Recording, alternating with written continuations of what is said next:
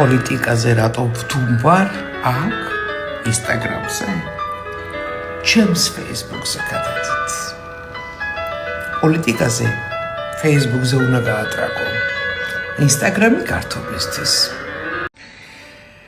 ქართული საზოგადოება არის მოწამლული რუსული პროპაგანდისტული ნარატივებით თქვენ აზრზე არ ხართ საერთოდ რასაც კითხულობთ უყურებთ ტელევიზიებში